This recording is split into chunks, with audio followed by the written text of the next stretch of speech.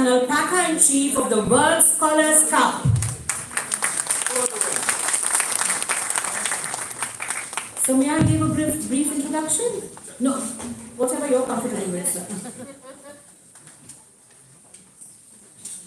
The World Scholars Cup is an international non-profit organization that has inspired students from diverse backgrounds in over 40 countries through the power of interdisciplinary learning and spirited debate. As a high school student, Mr. Berdichevsky achieved the highest score in the history of the United States academic decathlon, a record that stood for 14 years. This life-changing experience ignited his passion for teamwork, interdisciplinary thinking, and public speaking, propelling him to academic excellence at Harvard and Stanford universities. At Stanford, he co-founded the Persuasive Technology Lab, taught bioethics, and collaborated with Dr. B.J. Fogg to co-author The Psychology of Facebook, contributing significantly to the study of innovation and social change. After completing his graduate studies as a Dean's Fellow at Harvard, Mr. Berdichevsky volunteered to teach abroad, an experience that inspired him to create a global platform akin to the academic decathlon, but tailored for the 21st century, the World Scholars Cup, which Mr. Berdichevsky founded in 2007. From just 30 students across 3 countries, it has grown to touch tens of thousands of lives, fostering collaboration, problem solving, and discovery through cross-curricular thinking and engaging experiences. We welcome Mr. Daniel Berdichevsky to the Goenka Confluence 2024 and request Ms. Sonali Sinha, Principal, Goenka World School, to kindly present, sir, a plant symbolizing growth, knowledge, and the lasting impact of his work.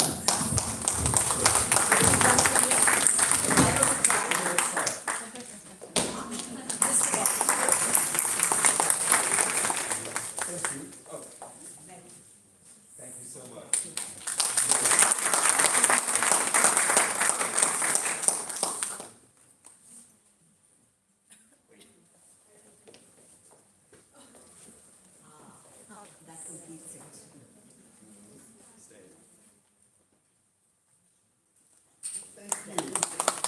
Ladies and gentlemen, we are privileged to have Mr. Berdichevsky here with us today, and I request him to enlighten us with his perspicacious views. Thank you so much for those kind words of welcome. Very much appreciated, and thank you all for being here today. I understand that there was a late night party, and that it was super exciting. Was it super exciting? Yes. Parties are something I find incredibly awkward, but I feel like this would have been a good one. And awkwardness is one of the themes that we'll come back to today. But first, I wanted to start by talking about chickens. Specifically, a special species of chicken. This species of chicken lives underwater, in the Pacific Ocean. I grew up learning about these chickens. They were the chickens of the sea. They laid eggs that would hatch and be turned into food that would come to us in cans. I learned about the culture of these chickens and their king, who was like the super big chicken in the water. And of course, these chickens never existed. But I grew up learning about these chickens from my grandfather, who constantly told stories of things that were not true, as if they were true. I learned when I was little about the time that my father was speeding so fast down the highway to Las Vegas, in California, that a helicopter landed on the roof of our car to give us a speeding ticket. And because I learned this so young, I remember it as if it was real. I'd be a terrible eyewitness. I've struggled sometimes thinking back to that moment and thinking, how could that not have happened? I come from a family that is not originally from the United States. My family and I are from a long, skinny country off the coast of the Pacific Ocean, so we're near the chickens, but that country is called Chile. Has anyone ever been to Chile? It's next to Argentina, they're much better known. Now, the reason I ended up learning English and speeding along the highways of California is because when I was small, super small, My dad did something exciting that I recommend to anyone who ever needs to have some adventure, called illegal immigration in the United States. It worked out okay, the wall was shorter, the jumps were not as bad. But one thing that Chile is known for, and much of Latin America, is a literary movement, perhaps you've heard of it, called magic realism. Magic realism is a form of storytelling in which the real and the magical live side by side, and the magical is not addressed as if it were magical. Weird things just happen. Strange things can sit on someone's shoulder. You could have an entire magic realist story in which a person walks around with this creature on their shoulder and no one addresses it at all. A magic realist story in which a person wanders off and comes back from the dead wearing a suit. And it's not in fact the fact that they came back from the dead that is interesting. The story is just about the suit. So a lot of what I've had the privilege of doing at the World Scholars Cup, and that I want to talk about today, is bringing that element of whimsy, imagination, and magic realism to our education with students.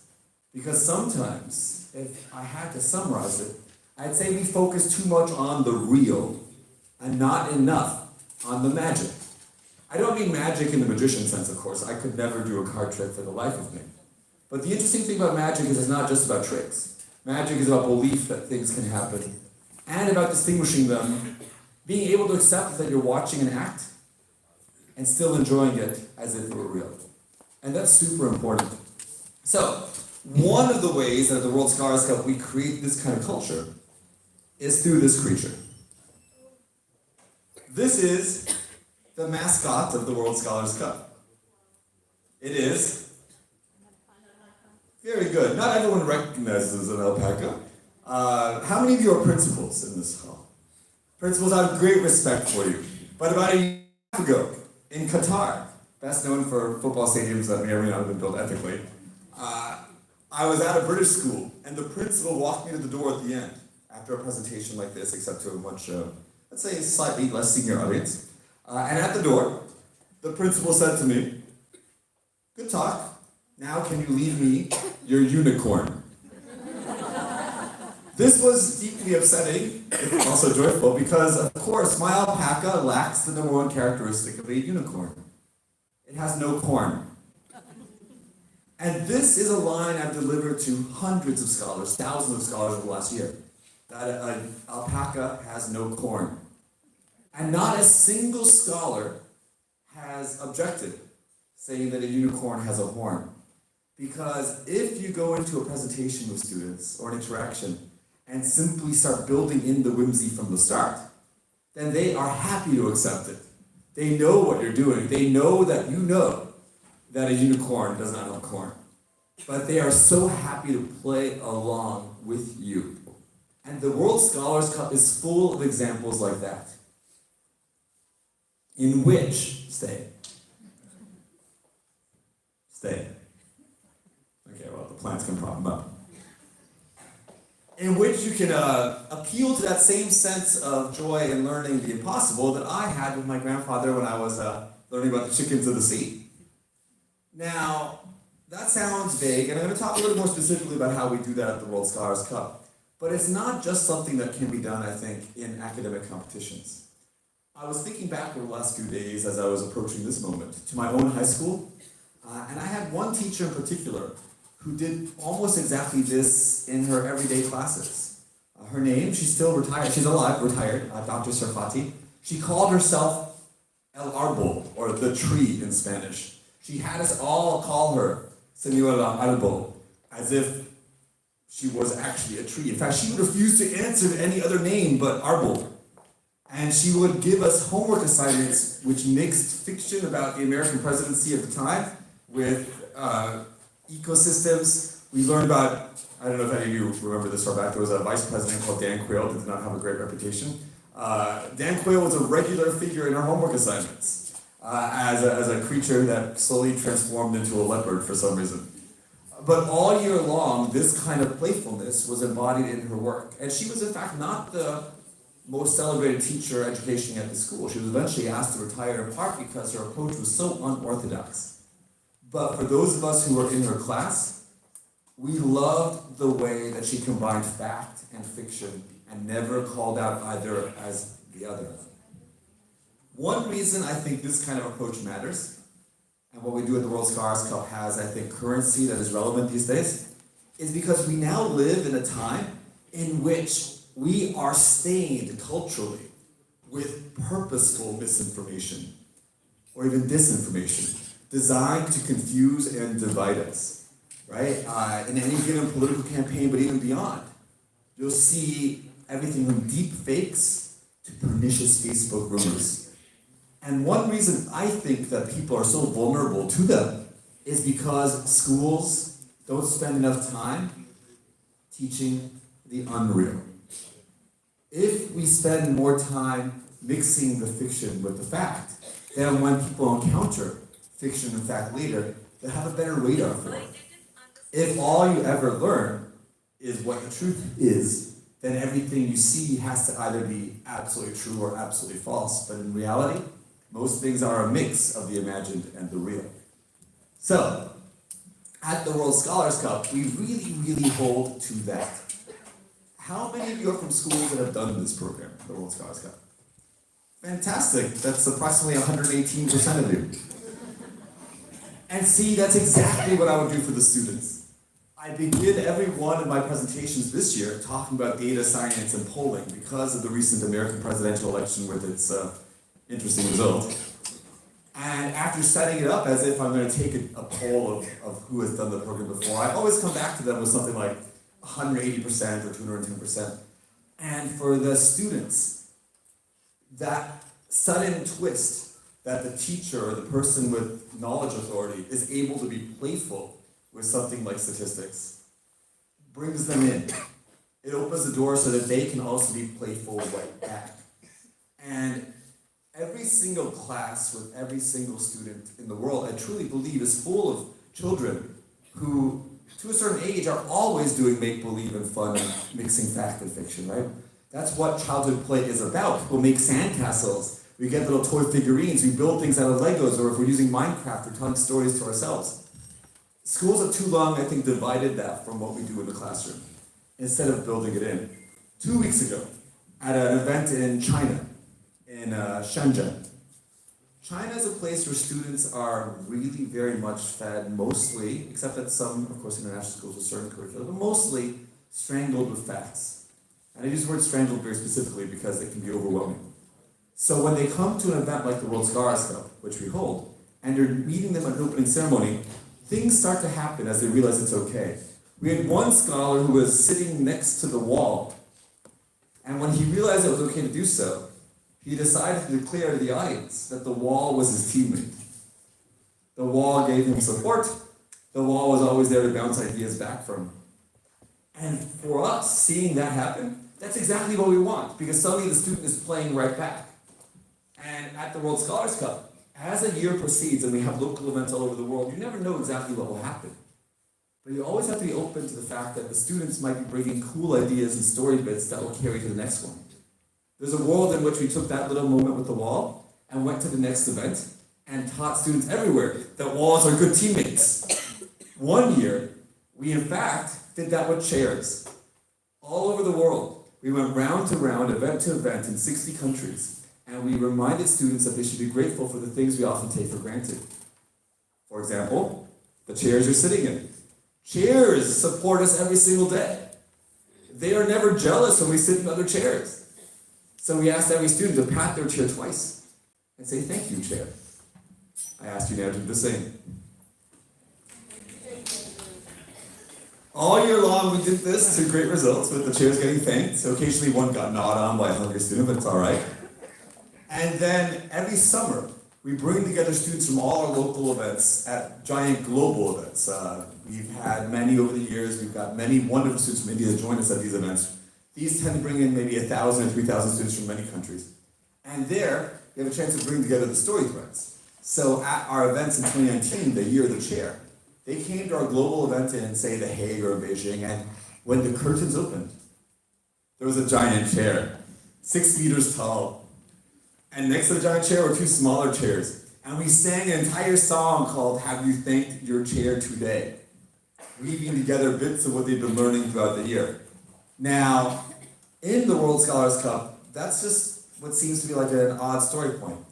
But what you create doing that is a culture in which the students can also add their own voices to the story, in which you see on social media people talking about their chair, they give their chairs names. They're studying science and technology and social studies and anthropology and literature and poetry, but they're also having conversations with the thing they're sitting on. And that's so different than you get in a lot of situations. But it doesn't need to be. So my hope is that everyone, every teacher out there, can be encouraged to meet their students where they're at and to listen for the things that students find interesting. It's things that students find impossible but intriguing. You could go into a classroom and do almost anything if you want to be playful with it. I was talking to some of my hosts here today about kumquats. Has anyone here ever had a kumquat? It's a Chinese fruit that looks like a small orange. It has vitamin C and will fight scurvy, which makes it very useful, especially if you don't want to go blind. As a kind of storytelling experiment last year, we decided that we would start including the word kumquat in our program a great deal. We had answer choices or test questions about kumquats. And by the time we got to this year's global round, we had students who were singing a song called 15 Randomness Kumquats. We sang it to them first very poorly. Anything can become a thing if you repeat it and if you find joy in it. In my high school days, I was a super serious student. Many of you might have been too. It's why we find our way to education sometimes. You probably know students who you think they would never want to dance around a kumquat. They would not light a fire and bring a chair leg and worship the chair. They'd think this was weird and culty. They want to be studying for their mocks. But in fact, as a student, I was part of that academic decathlon that was mentioned in the introduction. And I had the great fortune of being the highest scorer at the time that it ever happened. But for me, that journey was not about the achievement of a high score. The surprise for me was that in my teammates that I studied with, I found whimsy and story. The program was very dry. You took many multiple choice tests. But in my teammates, I learned the following. I learned that one of them would only study on the toilet. So he mostly went to study in the faculty bathroom because it was clean. This presented a problem for team bonding. We wanted to see more of him. Solution. We found a discarded toilet on the side of the street, brought it to our classroom, and put it in its place in the seating chart. And for the rest of the year, there was a toilet in the classroom. Why not? When our teacher arrived the next morning, he broke down laughing. Then he called the principal over to see it. And after some discussion, they decided as long as we kept it clean and no one actually used it as a toilet, it could sit in the classroom. And I think every classroom could use a little bit of that kind of strange, wonderful spark that comes when you let the students have that kind of whimsy. At the World Scholars Cup, we have the fortune of having a self-selected group that come to us because of this kind of thing, but also many students who arrive not expecting it. They often do competitions like Olympiads, or take tests like those you probably have in the CBSE and other systems, in which things are dry, and they're dry for a reason, because there's a lot of knowledge to be assimilated, and maybe these other things seem distracting. But if you look not at magic realist literature, but at children's literature, the most successful works and novels that stand the test of time in children's literature are not the ones where children sit and study and behave well. They're the ones where children, in some sense, subvert adult authority and structures, and usually with the help of someone who is an adult who gets them. Maybe it's an old librarian that invites students to live overnight in their house. Maybe it's something from Oz. Whatever it is, there's always someone who helps the children. There was a series that I was inspired by that you probably have not heard of because it was not popular, called The Three Investigators. Did you read it? Wonderful. So it's three teenagers, actually preteens, who were solving mysteries that adults couldn't figure out. But they did have one adult who would guide them. At first it was, do you remember? I forget the name of the guy who took over. At first it was like Sherlock Holmes who was helping them out, and then older detective fiction. I think there's a movie also. Yeah, I don't know I never saw the movie, sadly. The series is very long, not terribly well written. Maybe, toward the end. Everything can have magic in it, see. And they created a little shelter inside a junkyard, and they called that their headquarters. Students are always looking to find a junkyard in which to build their headquarters. It can be built with chairs, it can be built with kumquats. It can be built everywhere, if you're open to that kind of fun. And I think adults are also sometimes desperately in need of this. We stop playing enough. Playing is a way to activate the imagination, but it's also a way to connect with students who miss playing a lot. These alpacas, they form the backbone of the program. We say they represent many things, but for our youngest students, they sometimes just do the World Scholar stuff because they want an alpaca. That's understandable. They're 10 years old, 11 years old, they want stuffed animals. But the really cool thing is that our 17 and 18-year-olds also want the alpacas. They love them because they know they're not supposed to. And in that journey from loving them because of what they are to loving them because they're not supposed to, is a lot of the arc of adolescence, but it's also something that we as teachers and educators can jump aboard and have fun with. If the students recognize our teachers as being with them in playing with adult expectations of what students in school should be, then they will engage more. So it's okay to go into a history lesson, say, and I'll just use a US example because, poor guy, he's new. I left mine on the plane, you can sit up here. This was meant to be a metaphor about how learning doesn't have to be black and white, but sometimes. There we go. You can go to a history lesson about the American Revolutionary War and start with an anecdote about how George Washington, his apple tree was less true than George Washington and how he rode into battle on a Ford Mustang. And you can talk about the Ford Mustang for about 10 minutes before students realize this is clearly not true. But you can actually move from a story that is not true to a story about technological differences between opponents very quickly. It's really easy to make a transition from the unreal to the real. For these alpacas, we tell the students that if you give the small ones sunlight and water, they will grow into the large ones. And everyone knows it's not true, but everyone says it anyway. And then people begin talking about how if you give sunlight and water to the other students, they will also grow larger and more colorful. It's crazy that you can get thousands of students who agree to a world of make-believe that we're making up together. But it's not really crazy, because that's just what the childhood imagination is about. There we go. And it's a tough thing to ask because you can't make it too structured. If you go in and say, students, this is an outline of the imaginary things that we'll pretend are real today, they will lose interest. That's an adult authoritarian Imagineer. You need to go in there and just start dropping them in, like Easter eggs in a story.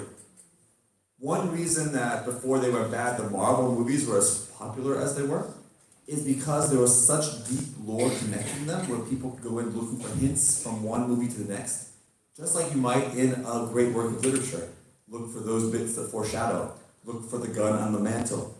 And if you're doing this right in school, you can do the same thing with story beats that repeat. You don't want to overdo it, and you don't want to draw too much attention to it. If you do that, then students will withdraw and disengage. It's so interesting, because being a student and being a teenager is so much about wanting to rebel, but also wanting to have someone who helps you in the rebelling. And we can be those people that help them.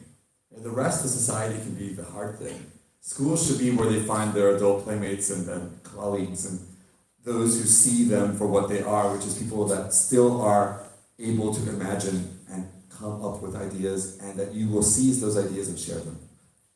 So at the World Scholars Cup, we're more than just, of course, on a program about alpacas. There's elements like public speaking and collaborative writing. There's testing, but we try to build the imagination into each one of them. So in debating, we don't have students debate traditional topics like you might see in an MUN or a model congress. There are important topics out there that should be debated, but our forum's slightly different. So you won't find our students debating what the tax policy of Goenka should be, or whether India should go to war with Mars. Those are old topics. Instead, you might find our students debating with teams from Kazakhstan, or Kenya, or Canada, or some other country that starts with the letter K. And at that point, most students will turn and think, does Canada start with a K? And they will not really question it, but then that's one step in that sort of whimsical path. They just act as if it does. They might find themselves debating with these teams from these places. How different the story of Romeo and Juliet would have been if it were set on Mars, because Elon Musk decided to send them for some reason and does weird stuff. Or we might ask them to imagine a special telescope, kind of a magical one. And you look through this telescope, you would not see the stars above or your neighbor's house over there, unless you really want to. You might see your own life the way it would have been if you made a different decision. If you went to a different Goenka school, or to some heritage school in Confluence, or if you had grown up somewhere else because your parents had decided to move when you were young. And we like to ask students for that today, would you want to look through it? And many students say yes, because they're bold and curious teenagers. But many say they wouldn't, because like me, they're masters of indecision and regret. I'd use up my BetterHelp.com subscription really quickly. But the point, of course, in debate is often, and one of the main points of it, is not just learning to speak publicly. It's learning to argue the other side, to imagine yourself in someone else's shoes. Right? Imagination is intertwined with empathy. That will help them understand others. I like to remind students that will not necessarily help them change other people's minds. It is super hard to change someone's mind. In the holiday season, many of us try that at the dinner table. We often fail. I've been trying with my dad for about 20 years since he started watching something called Fox News. But at least you understand where they're coming from. In the writing at the World Scholars Cup, we give students a chance to write in any format they'd like. Maybe one will write an imaginary diary. Does anyone here keep a diary of all the things that happened in their life? Did anyone keep one when they were a teenager or a child? Often, students do, and they think no one else cares about what happens to them. But who here liked reading other people's diaries when they were small? Yeah, there's this amazing potential to be a bestseller if you write a diary. And Frank did it, but it didn't work out so well in the long run. Students might write stories or fake Instagram posts or poems, or they might choose to write a traditional essay. But they have the choice to imagine the answer and the approach that they think will work best for them in any of these subjects, whether it's science, technology, art, music, social studies. And every year we pick new topics for them to explore, because knowledge is essentially limitless. One topic we don't do, just as a side note, is mathematics. Not because we don't love math, but because what happens in programs about math is often you're just testing students for what they already know, what they've already studied. We want to give them new things that push their imaginations in new directions. So every year we pick new things. This coming year we're going to be exploring the theme of reigniting the future. Now, how do we tell them what they'd explore? Students get so excited for what they're going to explore at the World Scholars Cup that they wait to find out what next year's theme is going to be. It's kind of like finding out what the next movie is going to be in the series. So we hid the theme in a song and sent the song out, and independently, tens of thousands of students went looking through the song trying to find the lyric as if they were trying to study an old Beatles track in reverse to find secret meaning in it. We'll announce it officially later. But in any case, they'll explore all these topics online in different ways, and then they can use them in unexpected ways. On our multiple choice test, it's really hard to do a multiple choice test in a way that's different, right? We all been there, A, B, C, D, E. But at the World Scholars Cup, we realized that there was a way we could make it more playful. In our test, if a student doesn't know the answer is A or C, they don't need to go eeny, meeny, miny, mo, catch an alpaca by the corn. This takes a long time, and there's also the issue of the no corn. Instead, they can answer A and C and get half credit if they're right. If they can only tell if it's one of 3 letters, they can answer 3 letters. They get it right, they get a third of a point. They answer 4 letters, get a fourth. And they look at a test question, and it looks at them, and they just want to go to the toilet and cry. They don't need to do that yet. They can do it later. They can always do that. They can fill in all 5 letters, and they'll automatically get 1/5 of a point. In other words, they can always make the best choice to share with us what they know about what they know, what they can imagine from what they've studied. Sometimes they'll be like, I know it's A, yay. And other times they'll be like, I know I should have studied, eh? But either way, it's building them up. Because knowledge, like so many things these days, is a non-binary construct, right? Like you don't know everything or nothing. You know something about each thing. And we want to give them a chance to celebrate that. And our final event of the 4 that we do, it's called the Scholars Bowl. It doesn't really have a bowl. We give every team a really old-fashioned clicker device that looks like a cell phone from the year 3000 BC, back when numbers only had 5 letters and there was no internet access to distract people. And we ask them a series of questions on screen. We show them videos that they have to analyze. We show them scenarios that to figure out. And they work with their team to solve these questions. And one thing that we weave together here is we tend to use video clips of things from pop culture that somehow relate to what they've been learning. So we're connecting all these imagined worlds, a little too much anime, but all kinds of things with serious academic subjects. Because the linkages are there if you're open to them. There's plenty of knowledge in imagined things. We love doing these 4 things with them: the writing, the debating, the testing, and the bowl. But what we're really trying to do is create a culture in which you're whimsical along the way. And thus, my favorite event that we hold is an optional one. Because having this is optional. But if we do our job right, they'll want to share it. It's called the talent show. Who here is talented? Great, some confidence. Who here has friends that are talented? Good, you're good friends. I see some people pointing at each other with awkward looks. I like that. Awkwardness is part of our program. Who has parents that told them that they were talented? Nice. Parents can be very supportive. And who is like me, untalented? Fantastic, because there's also the untalented show, and that's where the World Scholars Cup finds its heart. Who here has friends that are untalented? Who has parents that told them that? Oh, never mind. We really mean it. If we create the right culture of whimsy and imagination, then we have a place where students will feel free not just to share their traditional talents like singing and dancing and drinking water, but also the ones that are unorthodox, unusual, unique. Like we once had a scholar in Dubai that solved a Rubik's Cube with his feet. He said he learned how on YouTube Shorts. Now you might think that sounds impressive, but let me tell you, this meant this student walked on stage, he took off his shoes, he took off his socks, and for 5 minutes wiggled his foot fingers on the cube. I did not know I wanted to succeed or give up and walk home on the foot fingers. He succeeded. We once had a student in Japan who could juggle sushi. I know, cultural generalization, but it happened. And at the end of juggling the sushi, she said, "Mr. Daniel, now you eat it." And because I take orders well, I did. And that was the day I made a major life discovery. It turns out, and this is a good useful life hack you might need, that sweat tastes like soy sauce. So if you ever run dry on your soy sauce supply on a hot day in Delhi or Gurgaon or wherever we are now, just go outside and refill. And these are the kinds of things that happen when students feel free to share the whimsical alongside the real.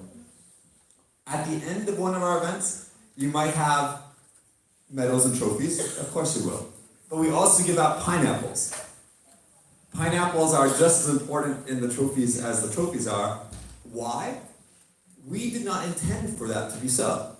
It's another one of these story things that happens when you are open to it. 7 years ago, we were having a global event in Athens, in Greece. And one of our teachers from Indonesia knew that one of my colleagues was deathly afraid of pineapples. I still don't know why, but he hated pineapples and eggs. So he conspired to bring 30 pineapples into my colleague's room with the help of his roommate, and left them all over the room and in the bathtub, all over. And that night, when my colleague Chauncey got back to his room, he did the normal thing you would do if you find a bunch of pineapples in your room. He freaked out, and he called for help. So we all went over to collect the pineapples, and then we found ourselves with 30 pineapples, and the next day was the awards ceremony, so we just gave them out randomly. And from that little start, when we saw how much the students loved winning pineapples, whether or not they would later put them on their pizzas, we've done it ever since. We didn't write that bit of the story, right? It was a combination of a teacher, a scared teammate, and students who the next day were overjoyed to receive a random citrus fruit with highly acidic content that I've been told can also eat a human if you have a large enough pineapple. So I advocate strongly for this idea of letting things happen, whether they are true or not, and setting up that atmosphere by yourself as an educator, starting every given day with students by sharing with them things that are both real and not real, and letting it be playful in a setting. And that can happen in a room that's all white walls or in a room that's super playful. Like, it's not the setting that matters as much as the interaction. So don't feel limited by the number of students in a room or the curriculum that you're studying. You can have whimsy in anything, and it will encourage students to be hungrier for what they're doing and to look forward to coming into the classroom. Just like I did in my high school Spanish classroom where my teacher was talking about being a tree and a vice president turning into some kind of feline creature. You look forward to these things in ways you don't look forward to just going to class for a lecture. These are things you don't need to take notes on. You just need to listen to them like you would listen to Homer telling a story, or one of his many people who echoed his stories around fires in ancient Greece, right? Humans love storytelling. We love song. Many groups get this. Religions get this. There's song at any given service. And in many ways, a shared culture is a story that you relate. But we limit ourselves if we stick to the stories that are true. If we insist they have to be, if we deny those stories that can be fun along the way. So that's my approach in a nutshell. I think we have a little time. I'd love to take questions and thoughts about anything really, the World Scholars Cup, alpacas, Harvard, Stanford, technology. Shoot them at me. I've got a few minutes before I run the time out. Yes? Barney. Barney.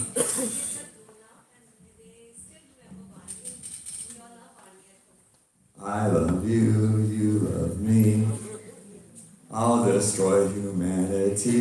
Now, I sing that specifically because that was one of our test questions this summer. We showed a clip of Barney singing that subversion of the original Barney song, and that very much ties into the kind of thing we do. Because everyone expects Barney to sing the I love it, and instead he adds humanity. It doesn't go so well for us people.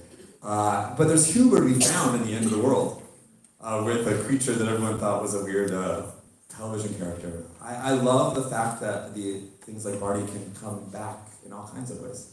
For those who don't know Barney, he's a large purple dinosaur with a lot of heart. I defer to you. So just waiting for questions. Anybody with a question? I see a microphone moving around awkwardly. Does anybody have a question for Sir? Yes. Yeah. So, what you were explaining right now is very non-conventional approach to education. Right. So, how do you integrate this approach to actually teaching the serious, facts? So, how that integration would happen? I guess we'll keep this one. This one? Don't know. So there's lots of ways to do it. One of them is when you're in class and you're lecturing. Telling stories is a great way to teach. Yeah. And stories can be unreal, of course, but a lot of it is in the assignments you can give.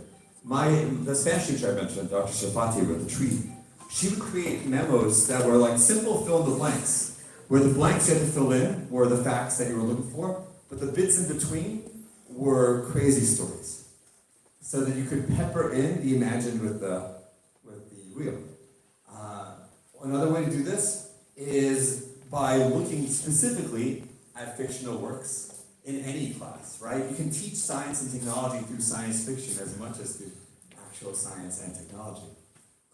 Another thing you could do is give things personalities. If you're teaching a robotics class, it seems easy to do this, right? Because the robots can have personalities. But you can also do this when you're teaching other things. If you're teaching, yes, question. I'll get to you just 1 second. Do you have an idea? I'm Jaya Goswami from Goenka. Uh-huh. I want to ask you, when you do such type of imagination, then My name is Jaya Goswami and I'm from GD Goenka Meerut. I want to know that when you do such type of imagination, your third dimensions open somehow. And due to that, somehow you ever felt about the supernatural powers? You come across them? This is something different? That's interesting. That's an interesting question. I grew up as a science fiction guy myself, so I'm more into like warp speed than I am into ghosts. But I like to believe there's more to the world than we can see and understand, and I think a lot of that is the connections between people. Like the connections between people are a lot stronger than physics can explain. Sometimes it's almost like there's a strong nuclear force between humans. So you believe in facts? I believe in flights of fancy. Okay. Facts are what you need to weave the world together. But if you only have facts and you don't have thread, then it's not much of a tapestry that you're weaving, right? So if you believe in the supernatural or in a faith that you might have, or just in a tale that your grandfather told, I think that adds richness to life. And it's okay to have different things you believe in than the next person out there. As long as you're creating something with them that they can also share. I know that's a vague answer, but basically I'm open-minded. Yes. Thank you, sir. So can I, ma'am? Please. So good morning, Mr. Daniel. Good morning. I'm Seema Sahai, principal of Sarita Vihar, and I want to say this in front of the entire Goenka fraternity, that we have been participating in World Scholars Cup for 6 years, and every year I see the change in my students, and I personally visited Beijing, and my team members Farah and Vinita, they have also been to Thank various you. global rounds. Thank you. So you were in Beijing for the giant chair. Yes. That's And wonderful. we all have an alpaca at our homes, so the legacy continues. And thank you to Mr. Vishal Verma and Mr. Dipankar, the entire team. And I can say that it's a great learning platform for the children. Thank you so much. Thank you. And if I could ask you then, and from your perspective, when the students first join the World Scholars Cup, do you find that it surprises them?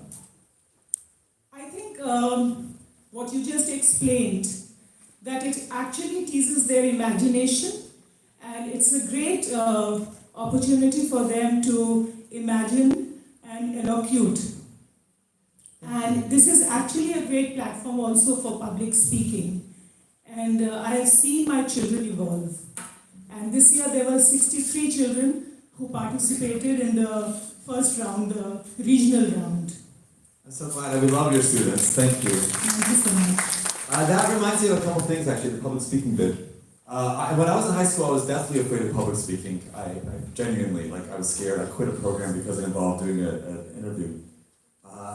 The way that I discovered the joy of public speaking was being asked by my teacher and coach, a different teacher, he worked with me in a place called N Building, to give speeches about things that weren't real or that weren't that important. So the first speech I ever gave that I felt comfortable giving was an impromptu speech for 2 minutes on the topic he gave. He said, "Can you speak on the state of fizz in soda pop today?"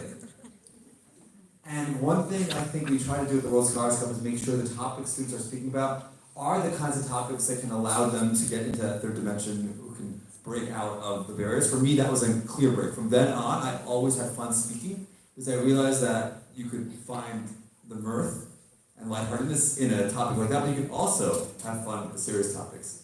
It's all about connecting with the audience in some way and being whimsical. Can I? Yes, ma'am, please. Good morning, Hi. Mr. Daniel. Just wanted to share a similar one. My niece, my very own brother's daughter, her friend suddenly had gone on a posting without telling, and the child was missing. So class 6, I suppose. Then she started thinking that she's no more, she's dead. And therefore she started imagining all sorts of things. So the mother realized that there's something terribly wrong. So when she was asked, she related the incident that my friend is no more. Well, and the fact, it is not right, it was not the correct information that she had. Then how it was transferred from her imagination, that the mother asked her to talk about it. And today, after that, she became such a beautiful speaker. She's doing very well in NDTV. So that's what I just thought of sharing. With imagination of something which was not very correct, negative, but that how it was turned out to be a positive aspect of her life. Through the sharing of it. Yeah. I love that. Thank you. Any more questions? So on a personal note, actually, for many years, my children thought I was a tooth fairy. Ah, well that makes sense, maybe. Some people think I'm Santa. And it's okay for them to think these things, you know? Yes, It's so much of the fun. Yeah. For those of you who are from schools that haven't done scholarship before, I know it's a bit of probably an inappropriate entreaty, but for us, and for me and those of my team that have been doing this for 17 years now, the reason we love doing it is because of the students we get to meet and do it with. And every team and every student that joins the program adds to the story and adds to the richness, so we'd be so honored to welcome more of your students to the program, and we have some great champions here in the room who probably can speak to that more than I could. But we'd love to see more Goenka. What's the term for a Goenkan? Goenkite? Goenkan, great! More Goenkans. Whether it's a small number at a regional event or far away at a global event, we try to make every local event global, and every local event a kind of a dreamy experience for students. So thank you for the chance to be here today. So thank you for sharing the magic of fantasy and imagination. We are profoundly grateful for the insights you shared, leaving us enriched and invigorated. For you. Thank you. Would anyone like this one? That's such a cute pattern. Sometimes I throw them at the students, but it leads to violence. So I think I just put them here and let him find a home later. You can jump in. Oh, well, there's a lot going on. Okay. Thank you. Thank you. His name is Jim.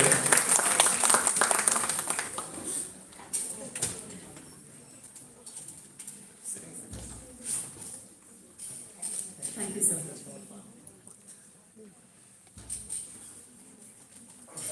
Thank you, sir. Thanks, everyone.